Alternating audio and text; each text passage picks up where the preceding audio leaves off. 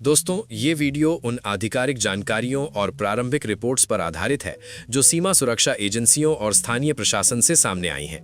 किसी भी निष्कर्ष पर पहुंचने से पहले ये स्पष्ट करना जरूरी है कि जांच अभी जारी है और स्थिति पर लगातार निगरानी रखी जा रही है। 14 जनवरी की रात लगभग 1:20 पर भारत बांग्लादेश अंतर्राष्ट्रीय सीमा से सटे पश्चिम बंगाल के एक सीमावर्ती गांव में अचानक परिस्थितियां असामान्य हो गई। ग्रामीणों के अनुसार गांव के पश्चिमी हिस्से में खेतों और कच्चे रास्तों की ओर कुछ संदिग्ध गतिविधि देखी गई। शुरुआत में इसे तस्करी या सामान्य सीमा पार आवाजाही माना गया, क्योंकि ये इलाका पहले भी सीमित स्तर की अवैध गतिविधियों का सामना करता रहा है। हालांकि कुछ ही समय बाद स्थिति गंभीर प्रतीत होने लगी जब गांव की बिजली आपूर्ति बाधित हुई और मोबाइल नेटवर्क में रुकावट की शिकायतें सामने आईं।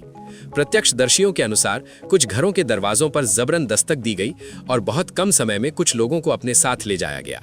शुरुआती जानकारी के मुताबिक कुल 7 लोग लापता बताए जा रहे हैं, जिनमें महिलाएं और एक किशोर भी शामिल है।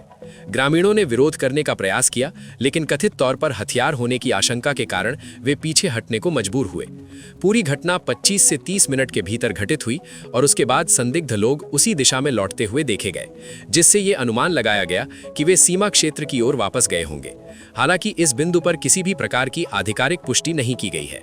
घटना की सूचना मिलते ही स्थानीय पुलिस ने सीमा सुरक्षा बल को अलर्ट किया और संयुक्त गश्ती दल गांव में पहुंचा। प्रारंभिक जांच में किसी प्रकार की लूटपाट या अंधाधुंध हिंसा के संकेत नहीं मिले, जिससे एजेंसियों को ये आकलन करने का अवसर मिला कि ये घटना किसी विशेष उद्देश्य के तहत की गई हो सकती है। भोर तक पूरे इलाके की घेराबंदी कर दी गई। थर्मल इमेजिंग उपकरणों और ड्रोन की मदद से संभावित आवाजाही मार्गों की पहचान की गई और सीमा के उन हिस्सों पर विशेष निगरानी बढ़ाई गई जहां भौगोलिक कारणों से निगरानी अपेक्षाकृत कमजोर मानी जाती रही है। सुबह होते ही राज्य और केंद्र सरकार को विस्तृत रिपोर्ट भेजी गई, जिसके बाद गृह मंत्रालय में एक समीक्षा बैठक आयोजित की गई। इस बैठक में खुफिया ब्यूरो, सीमा सुरक्षा बल, सैन्य खुफिया और विदेश मंत्रालय के प्रतिनिधि शामिल हुए। अधिकारियों के अनुसार प्रारंभिक चर्चा में इस संभावना पर विचार किया गया कि ये घटना सामान्य आपराधिक गतिविधि से अलग हो सकती है, लेकिन किसी भी निष्कर्ष पर पहुंचने से पहले सभी तथ्यों की पुष्टि आवश्यक बताई गई। इसी क्रम में भारत सरकार ने ढाका स्थित भारतीय उच्चायोग के माध्यम से बांग्लादेश सरकार से संपर्क किया और घटना की जानकारी साझा की। भारतीय पक्ष ने ये रेखांकित किया कि किसी भी भारतीय नागरिक को जबरन सीमा पार ले जाना द्विपक्षीय समझौतों और अंतर्राष्ट्रीय मानकों के अनुरूप नहीं है। बांग्लादेश की ओर से प्रारंभिक प्रतिक्रिया में ये कहा गया कि वे इस मामले की जांच करेंगे और किसी भी प्रकार की राज्य प्रायोजित कार्यवाही से इनकार किया गया। वहीं भारतीय एजेंसियों ने यह स्पष्ट किया कि घटना के समय गतिविधियों के स्वरूप और कथित वापसी मार्ग जैसे पहलुओं की तकनीकी जांच की जा रही है, ताकि किसी भी तरह की अटकलों से बचा जा सके।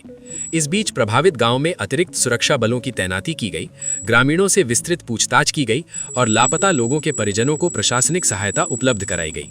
दिन चढ़ने के साथ साथ ये मामला राष्ट्रीय सुरक्षा विमर्श का हिस्सा बन गया, लेकिन आधिकारिक बयानों में संयम बरता गया। सरकार की ओर से ये स्पष्ट किया गया कि प्राथमिकता नागरिकों की सुरक्षा और तथ्यों के आधार पर कार्यवाही करने की है।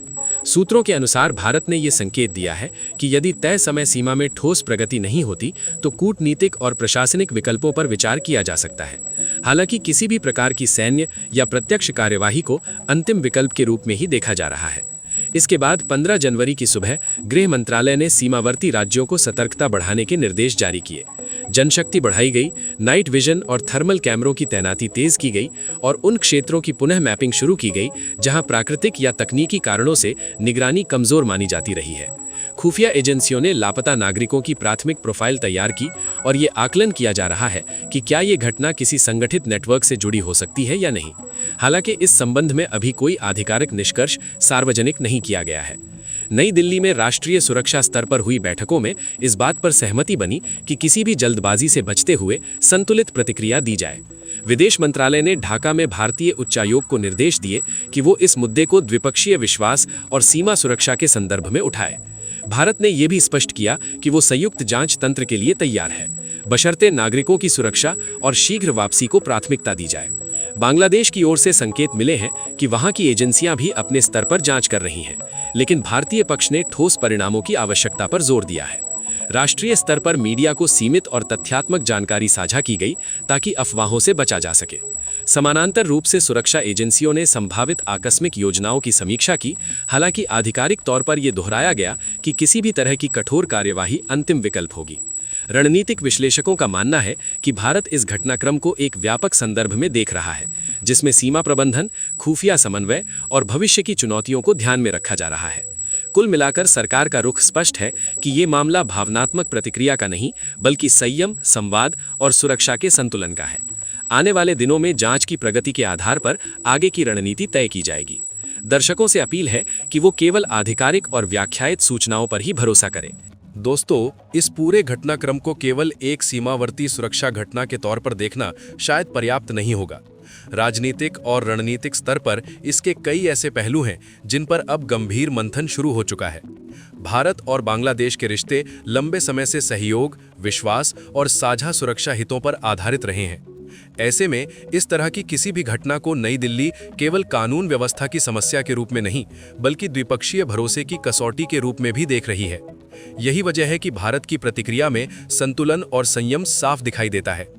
राजनीतिक हलकों में ये चर्चा भी तेज है कि ये घटना ऐसे समय पर सामने आई है जब पूरे क्षेत्र में सुरक्षा, अवैध नेटवर्क और सीमा प्रबंधन को लेकर पहले से ही संवेदनशीलता बनी हुई है। विशेषज्ञों का मानना है कि दक्षिण एशिया में सीमाओं के आसपास होने वाली ऐसी घटनाएं अक्सर सिर्फ स्थानीय नहीं होती, बल्कि इनके पीछे व्यापक नेटवर्क, आर्थिक हित या क्षेत्रीय अस्थिरता पैदा करने की कोशिशें भी हो सकती हैं। हालांकि सरकार की ओर से इस बारे में कोई आधिकारिक निष्कर्ष नहीं दिया गया है और सभी संभावनाओं की जांच की जा रही है। राजनीतिक दृष्टि से देखा जाए तो भारत ये संदेश देना चाहता है कि वो किसी भी प्रकार की उकसाले वाली स्थिति में फंसने के बजाय संस्थागत और कूटनीतिक रास्ते को प्राथमिकता देगा। यही कारण है कि विदेश मंत्रालय ने इस मामले को सार्वजनिक बयानबाजी की बजाय राजनयिक चैनलों के माध्यम से उठाया। ये भारत की उस नीति के अनुरूप है जिसमें पड़ोसी देशों के साथ विवादों को शांतिपूर्ण और संवाद आधारित तरीकों से सुलझाने पर जोर दिया जाता है। वहीं दूसरी ओर इस घटना ने घरेलू राजनीति में भी सुरक्षा और सीमा प्रबंधन को लेकर बहस को तेज कर दिया है। विपक्षी दल सरकार से ये सवाल पूछ रहे हैं कि सीमावर्ती इलाकों में निगरानी को और कैसे मजबूत किया जा सकता है, जबकि सरकार का कहना है कि मौजूदा ढांचे की समीक्षा पहले से चल रही है और इस घटना से मिले इनपुट्स के आधार पर जरूरी सुधार किए जाएंगे।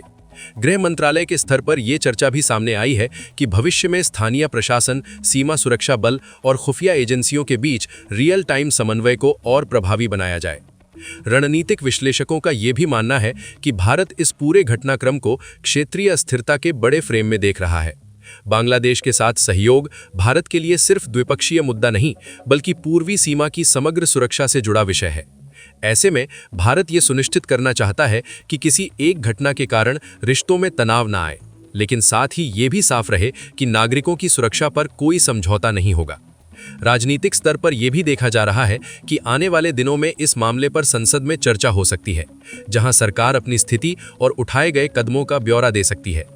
इससे ये संकेत मिलता है कि भारत इस मुद्दे को न तो दबा रहा है और न ही बढ़ा चढ़ाकर पेश कर रहा है, बल्कि एक जिम्मेदार लोकतांत्रिक व्यवस्था के तहत पारदर्शिता बनाए रखने की कोशिश कर रहा है। कुल मिलाकर ये घटना भारत के लिए एक सुरक्षा चुनौती के साथ साथ एक राजनीतिक परीक्षा भी बन गई है।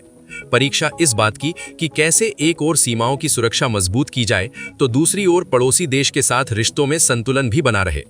सरकार का रुख अब तक यही रहा है कि प्रतिक्रिया न तो जल्दबाजी में होगी, न ही भावनाओं के दबाव में, बल्कि ठोस तथ्यों, कूटनीतिक संवाद और राष्ट्रीय हितों के आधार पर तय की जाएगी। इस तरह की तथ्य आधारित ग्राउंड रिपोर्टिंग और विश्लेषण के लिए हमारे चैनल के साथ बने रहें। वीडियो को लाइक करें और चैनल को सब्सक्राइब करें ताकि विश्वसनीय अपडेट्स आप तक समय पर पहुंच सके।